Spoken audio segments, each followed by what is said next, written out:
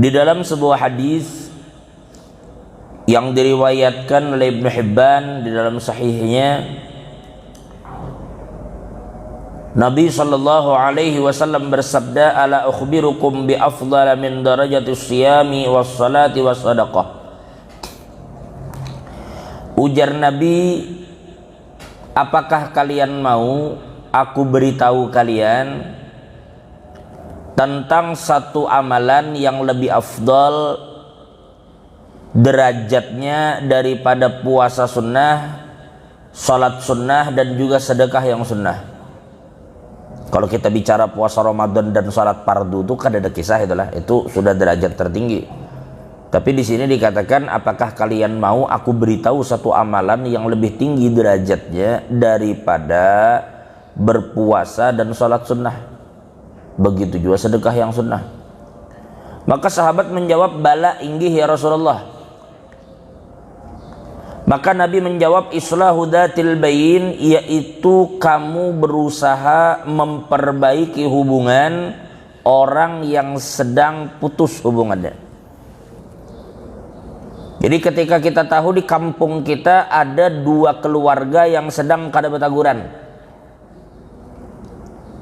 apakah masalahnya? Maka kita berusaha untuk supaya mereka menjadi lebih baik lagi, mau saling memaafkan. Maka usaha kita memperbaiki itu terlepas dari hasilnya dituruti orang gak kadakah. Tapi kita sudah berusaha untuk mendamaikan dua pihak yang berseteru tadi. Maka yang kita dapatkan ada derajat yang lebih tinggi daripada puasa sunnah dan sembahyang sunnah. Tapi sebaliknya ujar Nabi, fa inna ifsada dzatil bayin hiyal haliqah. Ujar Nabi, sesungguhnya merusak hubungan orang. Nah tadi kita balik ulang. Nang tadi orang hubungan rusak apa? Dibaiki.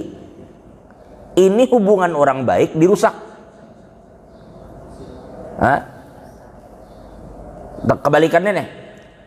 Hiyal haliqah, maka ujar Nabi, perbuatan yang merusak hubungan orang itu adalah haliqah. Haliqah itu biasanya orang bila begunting memakai nang mesin nah. Oh, jar maka hilang rambut tuh bila mesin tuh lewat. Berarti itu memangkas, memotong rambut mesin tadi. Maka haliqah di sini bukan maknanya mesin pemotong rambut, tetapi inya memotong iman yang ada pada diri seseorang. Makanya sementara ulama mengatakan, pian kada usah nang merusak hubungan orang nang nyata-nyata baik, beburuk sangka aja, padahal ini tidak berdampak langsung ke orangnya, cuma hati kita aja bepender. Buruk sangka itu kan nempeleng kada, menyambat kada. Hati benar, di dalam hati ini ada berprasangka kada baik lawan orang. Maka prasangka yang kada baik kepada manusia itu adalah salah satu kejahatan atau dosa yang paling tinggi. Kalau mau diolah tuh nah strata dosa itu, jenjang dosa itu, maka di antara dosa yang paling tinggi itu adalah buruk sangka lawan Tuhan, buruk sangka lawan makhluk. Jangan ulah kalah semennya. Maka dikatakan oleh sementara ulama, buruk sangka aja itu bila orang kada bertobat bisa menyebabkan orang mati dalam keadaan su'ul khatimah. Itu buruk sangka. Kayak apa lamun merusak hubungan orang yang baik. Makanya haliqah, inya memotong iman, memangkas iman yang ada pada diri seorang.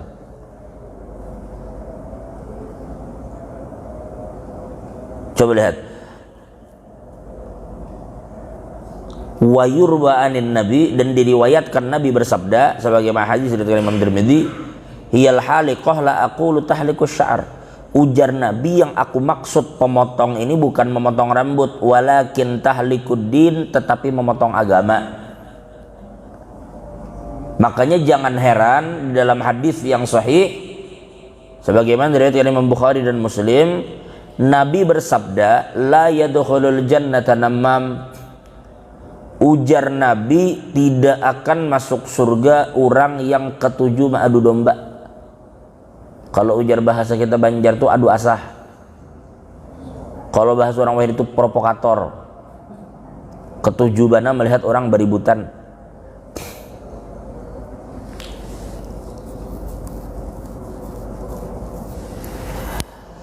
Waruwiya an Ahmad, dan diriwayatkan daripada Imam Ahmad,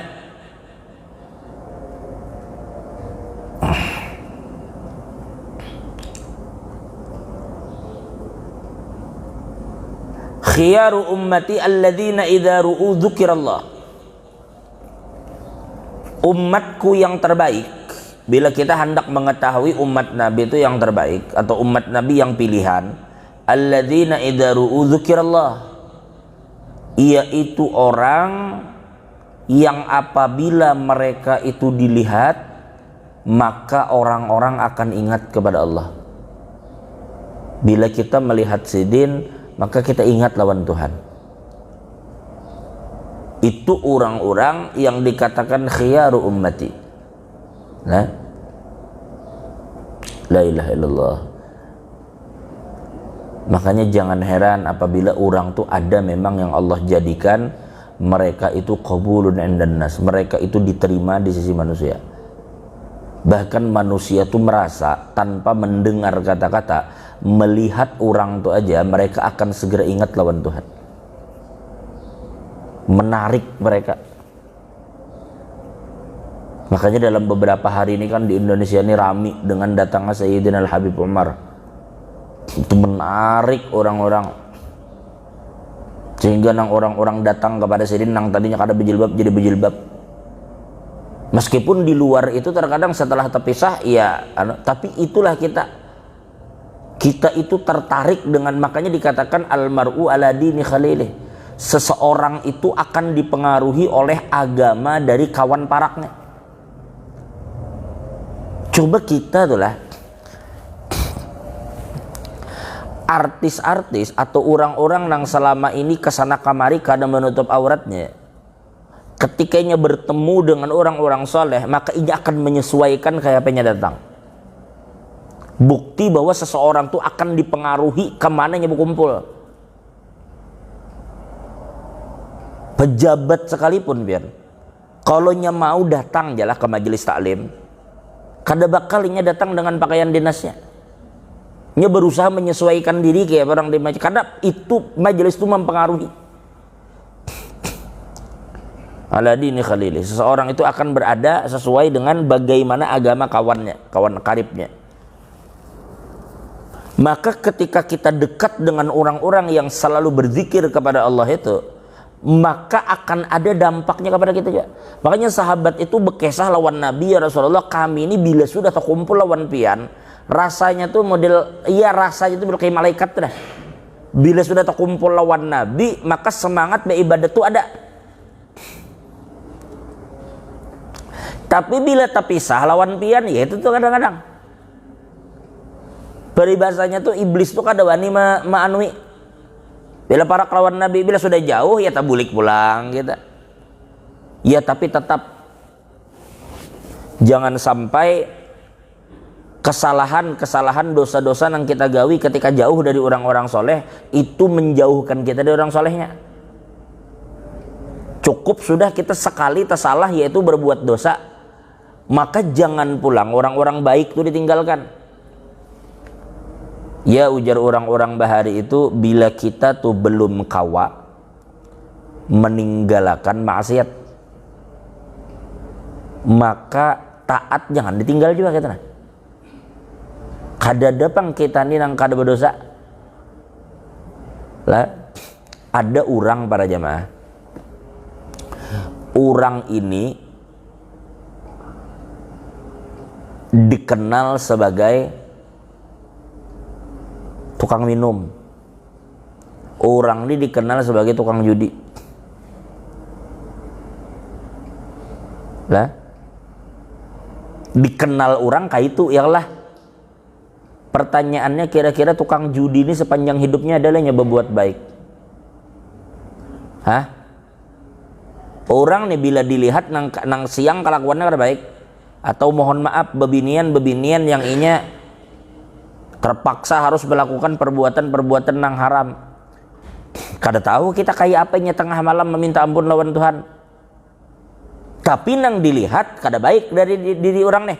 Tapi boleh jadi ada nang baik nang orang kada melihat. Karenanya manusia kadanya melulu kada baik bang, ada aja baiknya. Nah kayak itu juga orang nang kita kenal orang ahli taat baik. Di dalam pandangan manusia baiknya. Kada tahu bang di belakang itu siapa tahu ada dosa nang disembunyikannya. Berarti antara ini dengan ini sama. Cuma bedanya nang ini ketaatannya kada terlihat. Nang ini dosa orang nang kada terlihat. Nangaran manusia selain Nabi itu kadada nang lepas dari dosa. Cuma kasihan nang ini menutupi dosanya, nang ini menampakkan. Itulah kenapa kita kada pernah tahu juga pada akhirnya siapa di antara manusia ini nang dianggap bujur-bujur mulia dalam pandangan Tuhan itu kita kada tahu. Makanya kada boleh kita menghina orang. Maksudnya memandang hina lawan seseorang itu kada boleh. Lah.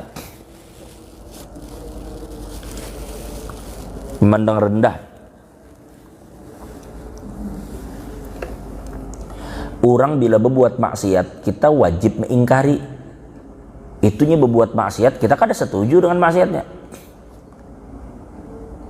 Ini berbuat maksiat kita kada setuju dengan apa yang inya lakukan. Iya memang harus begitu. Tetapi menghinakan inya, menyambat inya dengan segala keburukannya itu maginnya inya buka kasihan.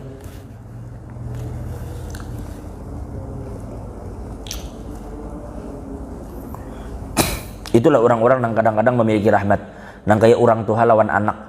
Orang tua melihat anaknya berbuat buruk, kadangnya orang tua itu akan menyambat atau meninggalkan anak itu. Tapi berusaha kayak apa sebaik-baiknya anak itu mau berbulik. Nah kayak itulah kita melihat para ulama terhadap orang-orang yang berdosa. Mereka memandang umat Nabi ini nang kayak orang tua memandang anak penuh dengan kasih sayang. Kemudian dilanjutkan, orang yang menjadi pilihan di kalangan umat ini adalah idza ru'u dzikirallah, yaitu orang-orang yang apabila mereka itu dilihat maka orang-orang akan ingat lawan Tuhan. Lanjut.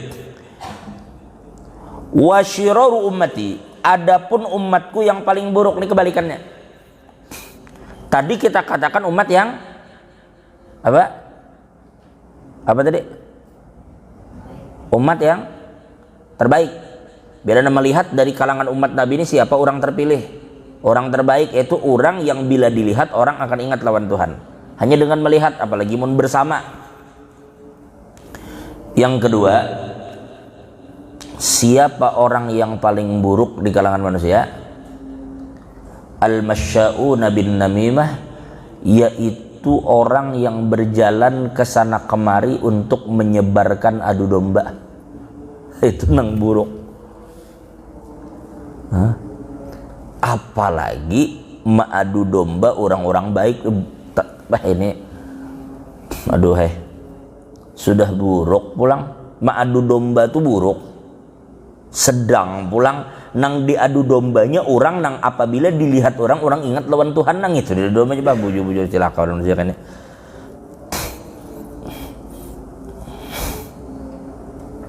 La ilaha illallah. Adu domba orang, ketujuan nama adu domba. Bila ada tuh orang suka memprovokasi, madu domba itu tanda orang yang paling buruk di kalangan umat Nabi. Itu Nabi yang berucap bahwa orang itu termasuk umat terburuk. Nang itu madu domba tuh. Amun masih Nabi nyambat buruk, ya buruk aja. Di hadis lain Nabi katakan la yadkhulul jannah, kada masuk surga habis ya. Naudzubillah, mudahan orang-orang itu bertaubat. Mudah-mudahan kita jangan sampai jadi tukang adu domba. Mudahan kita kada adu domba orang dan jangan diadu domba orang. Yang kedua, al-mufarriquna bainal ahibbah, yaitu memisahkan orang yang tadinya saling mencintai. siapa aja itu, termasuk mohon maaf merusak rumah tangga orang, meskipun bis baterai kah?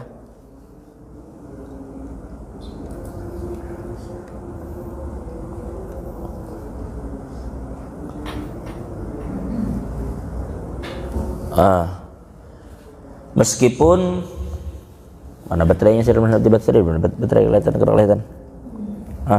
Besar habis kah? Kalau di garasi mana habis tuh? Biar mana bawa?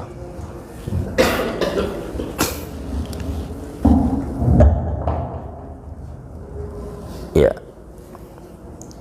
Jadi memisahkan orang nang saling cinta. Hati-hati itu kita, orang nang saling baik, hubungannya saling cinta, tiba-tiba kita rusak. Makanya hati-hati juga misalnya nang kayak orang berumah tangga. Maka siapa aja dari keluarganya jangan coba-coba umpat campur, apalagi hendak maharu rumah tangga orang. Meskipun dari keluarganya seorang. Laki bini baik aja nya berhubungan, cuma karena nang laki misalnya ekonomi kada lagi kayak bahari, lalu misalnya nang ipar misal, tapi kada ada bangsa Allah nang kayak itu kecuali di Indosiar. Nah, jadi nang ipar kemudian berucap lawan nang dang sanak, mana lo nang bebini nih nang dang sanak. Ikam dingai laki nangka itu jar hakunnya ikam masih manue. Mun aku jar laki kayak itu lawas sudah kutendang jar. Artinya ku tinggal. Lalu kata-kata ini berpengaruh. Nah itu Nabi mengancam lah orang begitu, man khabbaba falaysa minna. Mahaharu rumah tangga orang terah mengompori orang, lalu kemudian orang berpisahan, lalu orang kemudian hubungan kada baik, sampai-sampai Nabi mengatakan orang tuh kada termasuk golongan gue. Jadi memprovokasi masyarakat, merusak hubungan orang yang saling mencintai. Yang ketiga al-baghun al-bura al-anat, yaitu orang yang suka mencari-cari kesalahan orang nang baik. Orang tuh baik, ya kita katakan tadi manusia tuh mana garang nang kada bekoreng, nang kada berdosa. Cuma Tuhan menutupi aib manusia. Dicari-carinya lah kesalahan orang nang baik tadi untuk menggugurkan orang baik. Kalau kebaikan orang itu begitu tersiar di masyarakat dan kesalahannya tidak ada, lalu diulah-ulah seakan orang itu salah, itu namanya al-baghun al-bura al-anat, yaitu orang yang mencari-cari kesalahan orang baik. Bila kada dapat kesalahannya, diulah-ulahnya salah. Ngerti maksudnya? Ya mungkin diantaranya sekarang ini bila hendak orang tuh, orang ini ada kada pokoknya digugur, orang tuh baik tapi yang digugurkan dengan diulah-ulah. Nang kada salah diulah-ulah salah. Nah itu apa aja bila begitu, itu Nabi katakan syirar ummati, orang nang paling buruk. Kenapa jadi mencari-cari kesalahan orang baik?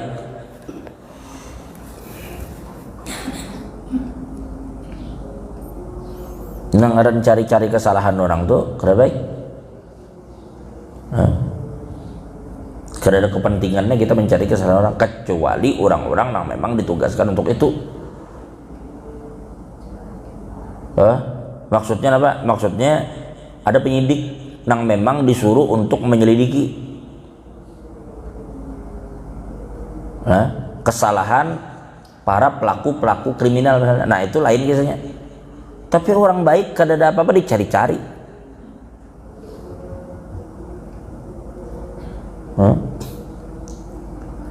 Nabi Muhammad memberikan contoh. Dulu ada bebinian mendatangi Nabi dan mengaku bahwa ia berzina, naudzubillah min dzalik. Tapi bebini ini bertobat, nyesalnya, mbak bejinanya nyesal. Lalu dia datang, ya Rasulullah, ulun telah berbuat zina, tolong rajam ulun.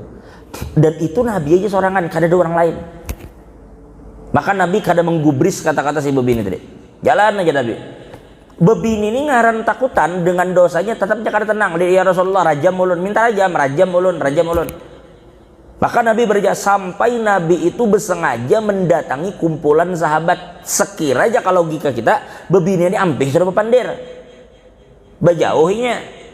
Sekalinya ngaran bebini ini ketakutan kesian. Dipikirnya satu-satunya caranya diampuni dosa itu memang harus dirajam. Padahal hukum itu hanya berlaku apabila kesalahan itu terbongkar dan saksinya ada. Bila ada dosa itu yang dilakukan dan kada ada saksinya, wajib hukumnya menutup. Bahkan ulun pernah membaca di satu kitab, apabila orang itu naiknya pernah minum minuman keras bahari, atau ingin melakukan perbuatan dosa lalu ingin bertobat, lalu orang bertakun, ikam pernah lah bahari minum, makanya menjawab kada pernah, maka ulama mengatakan dia kada berdosa dengan kata-katanya itu. Kenapa? Karena ia menutupi aibnya yang ditutupi Tuhan. Nah, sampai seitunya kewajiban menutupi aib itu. Padahal berdusta itu haram hukumnya. Berdusta itu haram hukumnya. Tapi bertemu dengan kewajiban menutupi aib. Jangan justru aib dibuka. Jadi kada ada orang nang mabuk itu dicambuk apa kecuali itu terciduk, ada saksinya, itu mah kayaknya bakal dicambuk. Tapi kalau bahari minum dari kadar sudah lah bertobatnya dan cukup, apa aja dosanya cukup kayak itu, kecuali yang mengambil harta orang itu maka dibelikan. Itu aja. Nah, lalu bebini tadi begitu Nabi berkumpul datang pulang kesian, ya Rasulullah, ulun bezina, tolong rajam ulun. Ngaran inya maulah saksi, akhirnya banyak gempar lah sahabat. Lalu Nabi mengetahui ternyata bebinian ini sedang hamil, hasil jinanya itu. Maka Nabi katakan, bulik ikam tunggu sampai anak kamu lahir. Sekalinya lahir anaknya, inya kan kada sabar lagi, inya orang ketakutan. Ya Rasulullah, ulun sudah melahirkan, tolong rajam ulun, ujar Nabi, susui anak ikam. Maka disusui sekian tahun sampai anaknya selesai menyusu, kawa ditinggal, lalu dia datang pulang, ya Rasulullah tolong rajam ulun. Nah sudah habis dah, kada ada lagi memang jalan untuk menunda rajam. Maka Nabi kemudian mendirikan hukum rajam itu. Maka kemudian sahabat-sahabat melempari dengan batu singkatnya sampai bebinian ini meninggal, sampai ada sebagian orang yang mengumpat sambil menyumpah. Dasar bebinian kada tahu diri, ini becina bak dihimpat. Mandangar orang ini mengimpat sambil mengumpat, Nabi sarik. Jadi kalau melempar aja karena sedang melakukan hukum rajam, tapi muntung jangan macam-macam. Lalu Nabi mengatakan, ujar Nabi, kamu tahulah, andai kata bebinian ini taubatnya itu diambil, taubatnya itu nah ini bertobat lawan Tuhan, menyesal, penyesalannya ini diambil aja Nabi, lalu dipecah penyesalannya, dibagi-bagi lawan penduduk di Madinah ini sekian orang banyaknya, maka orang-orang itu akan terampuni dengan tobatnya sebebini ini. Jangankan untuk inya sorangan, untuk orang banyak aja kawa menjadi sebab itu diampuni dosa, apalagi sakitnya sorangan. Jadi jangan disabati macam-macam, cukup seringnya menjalani hukum Tuhan dan Allah mengampuni dosanya. Tapi ada satu cerita menarik, ujar ulama, apa dia? Yaitu Nabi dan para sahabat tidak pernah membongkar dan menanyakan siapa lelaki yang berzina lawan bebini tadi. Siapa yang perhatikan? Mana bisa orang berzina itu sorangan? Tapi kada ditanya. Kenapa? Karena pada dasarnya Islam ini menutup aib. Jadi aib itu pada dasarnya ditutup, bukan dibongkar. Kalau mau, mestinya kan ditanya. Lawan siapa ikam? Maka berdua nang dirajam. Ini kada ditanya. La ilaha illallah. Maka kada boleh kita mencari-cari kesalahan orang itu, kada boleh pada awalnya. Kecuali orang itu memang sudah didakwa. Lalu mau kada mau dicari bukti atas dakwaan, nah itu lain cerita. Tertangkap basah, mengedarkan narkoba misalnya atau yang segala macam, nah, itu kan nyata tertangkap sudah. Maka dicarilah bukti-bukti lain. Itu bukan mencari-cari kesalahan namanya, itu untuk membenarkan dakwaan, karena bila kada menuduh ulang jatuhnya.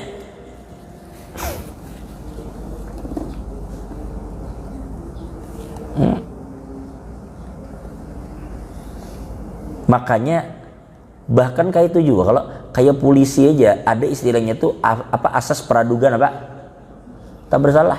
Adalah pernah melihat polisi ujuk-ujuk tes urin di pasar Segiri. Urin, siapa nang anu siapkan truk, bawa kantor polisi, tangkapi bilanya. Kadang kayak itu polisi kadang juga bila terbukti inya tertangkap mengkonsumsi narkoba atau mengedarkan, barunya diproses. Kadang nang ujuk-ujuk mendatangi pasar lalu orang diurin sikung-sikung. Pilihnya hendak kau aja kayak itu sebujurnya, rami juga pacangnya. Tapi kan kadang kayak itu cara anunya, prosesnya.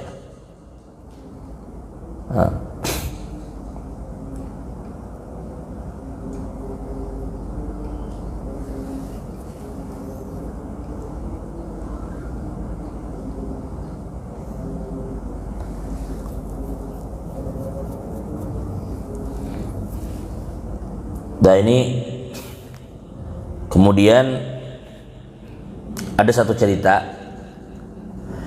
diceritakan di zaman Nabi Allah Musa. Itu bahari pernah terjadi kemarau yang sangat panjang. Orang-orang kehausan, sungai mulai kering, pertanian kada berhasil karena kemarau. Maka Nabi Musa pun mengumpuli masyarakat Bani Israel untuk bersama-sama meminta lawan Tuhan supaya turun hujan. Sekalinya hujan kada turun, berhari-hari, berminggu-minggu ya kada turun-turun juga. Lalu ditanyakan oleh Nabi Musa lawan Tuhan, Bismillahirrahmanirrahim.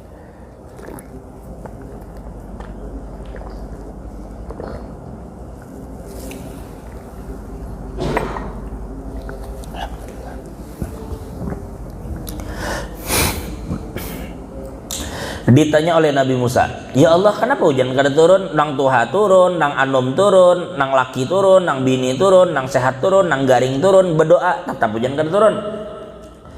Maka Allah Ta'ala mengatakan kepada Nabi Allah Musa, ujar Allah Ta'ala, inni la astajibu laka wala liman ma'aka wa fikum nammam wa qad asarra 'ala namimah. Ujar Allah Ta'ala, aku tidak akan mengabulkan doa kamu dan orang-orang yang bersama kamu karena di tengah-tengah kamu itu ada orang nang ketujuh ma'adu domba dan tidak bertaubat dari dosanya itu. Hah? Jadi Nabi Musa ada tukang adu domba kah? Lalu nggak Nabi Musa ngarannya kan cari isi di orangnya, siapa aja Nabi Musa buhan ikam nang ketujuh ma'adu domba, mana orangnya? Berdiri, bertobat. Siapa wani mengaku? Maka tahu pulang Nabi Musa gara-gara inya hujan kada turun, kada nang ngakunya. Siapanya Nabi Musa nang ma'adu domba, ayo bertobat, berdiri, ku bimbing bertobat, kada nang waninya mengaku. Lalu Nabi Musa ba'adu lawan Tuhan. Ujar Nabi Musa, ya Allah kada nang mengaku. Man huwa hatta nukhrijahu min bainina? Siapa ya Allah orang itu? Beritahu ulun supaya ulun mengeluarkannya dari sini. Maka dijawab oleh Allah Ta'ala, ya Musa anhaakum 'anil namimati wa akunu nammam. Ujar Allah Ta'ala, wahai Musa, aku melarang ikam ma'adu domba, aku pulanglah ma'adu. Aku tuh melarang ikam ma'adu domba, aku pulang ma'adu lah, menyambatnya. Coba bayangkan Allah Ta'ala menakur Nabi Musa, doa kada kabul gara-gara tukang adu domba, tapi tetap Tuhan kada menyebut nama orangnya, kada juga menunjuk batang hidungnya. Lalu Nabi Musa berpikir cepat, Tuhan kada mau juga beritahu. Maka Nabi Musa mau kada mau langsung berataan dipanggil, berataan dikhitab, berataan diseru. Ujar Nabi Musa, kita semua kayak neja ini ada di antara kita tukang adu domba, nang hujan ini kada turun gara-garinya. Kan merasakan seorang kalau sekarang kemarau kayak apa sakitnya kita, sekarang jadi semuanya bertobat. Tapi kan tidak tahu siapa nang baru, lalu semuaan bertobat. Semuaan Nabi Musa kada kecuali lagi, semuaan kita bertobat, lalu dibimbing bertobat oleh Nabi Musa. Lalu mereka bertobat lawan Tuhan, maka saat itu juga turun hujan dengan berkat taubatnya tukang adu domba tadi. Nah, tuh namimah tuh menghalangi turunnya rahmat. Tapi pulang ini ada dua pelajaran. Satu, betapa dosa itu menghalangi dari turunnya rezeki atau rahmat. Tapi pulang pelajaran kedua, jangan meremehkan pendosa juga. Kenapa? Karena bila inya bertobat, boleh jadi karena taubatnya itu lalu rahmat Tuhan turun. Inya yang terakhir menghalangi turunnya rahmat, begitunya bertobat turun rahmat Tuhan. Jadi Allah Ta'ala itu menyayangi orang-orang yang bertaubat dari dosa-dosa itu disayangi Tuhan. Allah Ta'ala tuh sayang dengan hambanya yang berdosa yang mau bertobat. Karena biar kayak apa aja kita berdosa untuk memastikan kita lain Tuhan memang. Tuhan itu Ghafur, Maha Pengampun. Di mana tahunya Tuhan tuh Maha Pengampun mun kadang yang diampuni. Jadi Tuhan itu mengampun karena ada yang diampuni. Mudah-mudahan kita diampuni Tuhan. Ada bahari ujar Habib Umar, orang diampuni Allah Ta'ala dosanya karena doanya antik. Orang Baduy ini kan tahu seorang orang desa bilangnya bepandir terhadap hatinya, tapinya tulus, makanya berucap, ya Allah jar ulun ini beriman lawan pian. Ulun bersaksi tiada Tuhan selain pian dan Nabi Muhammad utusan pian. Dan ulun tahu bahwa Nabi Muhammad itu kekasih pian. Sedangkan syaitan adalah orang nang pian murkai. Nabi Muhammad adalah nabi kami, syaitan adalah musuh kami. Ya Allah jar. Sekarang orang yang banyak dosa meminta ampun lawan pian, maksudnya inya nih artinya. Orang nang banyak dosa ya Allah minta ampun lawan pian, dan nang banyak dosa ini hamba pian juga. Kada orang lain hamba pian, ulahan pian lain ulahan orang. Artinya hamba pian juga, lain hamba orang, lain hamba pian. Kalau pian maampuni ulun, lalu dosa ulun habis, maka hamba pian ini akan selamat. Nabi pian akan senang, musuh pian akan sarik. Artinya iblis sarik. Bila pian maampuni ulun, maka hamba pian ini selamat. Bilanya selamat kada orang lain juga hamba pian juga. Bila ulun selamat, nabi pian gembira, iblis marah. Atau ya Allah pian kada maampuni ulun, tetapi akhirnya ulun celaka, nang celakani hamba pian juga kada orang lain. Bila ulun celaka, nang sedih nabi pian, nang senang adalah musuh pian. Sekarang terserah pian aja nang maulah nabi pian kasenang, maulah musuh kasenang, dikaitukannya Tuhan. Terserah pian ya Allah Ta'ala jar hendak maulah nabi kasenang, maulah iblis kasenang. Wassallallahu ala sayyidina Muhammad walhamdulillahirabbil alamin. Allah ampuni dosanya. Ini separuh manusia Tuhan ada juga lah, cuma ini orang Baduy itu berdoa kayak itu bang, jadi doanya lah. Orang Baduy itu kayak itunya berdoa. Tapi apa yang inya maksud dengan doanya itu bujur. Bujur juga kalau ulun diampuni, maka nang himung nabi, nang sarik setan bertahun-tahun menggoda banyak dosa, sekalinya diampuni sarik pada setan tuh. Atau bila pian kada maampuni nabi sedih, setan himung, wah senang setan, tujuan yang tercapai. Sekarang ibaratnya pian maampuni ulun, pian kada rugi juga. Kada rugi juga pian lain, mun pian rugi kada rugi juga. Ya Allah luar biasa orang-orang nang dibuka hatinya mau beribtihal gitu lah. Ya Allah. Mudahan kita termasuk orang yang diampuni dosa oleh Allah Ta'ala. Amin ya rabbal alamin. Wallahu a'lam bishawab. Al-Fatihah. Alhamdulillah rabbil alamin.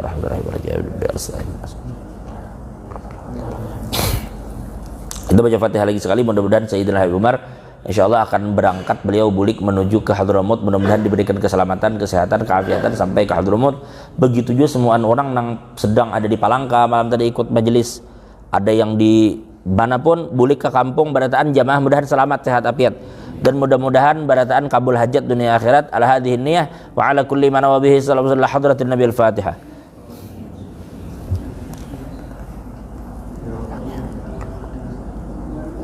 Amin ya Allah rabbal alamin. Alhamdulillah rabbil alamin. Wassalatu wassalamu ala asyrafil mursalin sayyidina wa syafiina maulana Muhammadin wa ala alihi wa sahbihi ajma'in. Allahumma salli ala mu'allimina wa ala barakati ulumi manna. Allahumma jal jumana jum'an marhuma tafarraqana min ba'di turqat masumna tajal fina wa la minna wa la ma'ashkina wa la mahruma. Rabbana atina fid dunya hasanah fil akhirati hasanah wa qina adzaban nar. Sallallahu ala sayyidina Muhammad wa ala ali sayyidina Muhammad walhamdulillahi rabbil alamin. Taqabbalallahu minkum.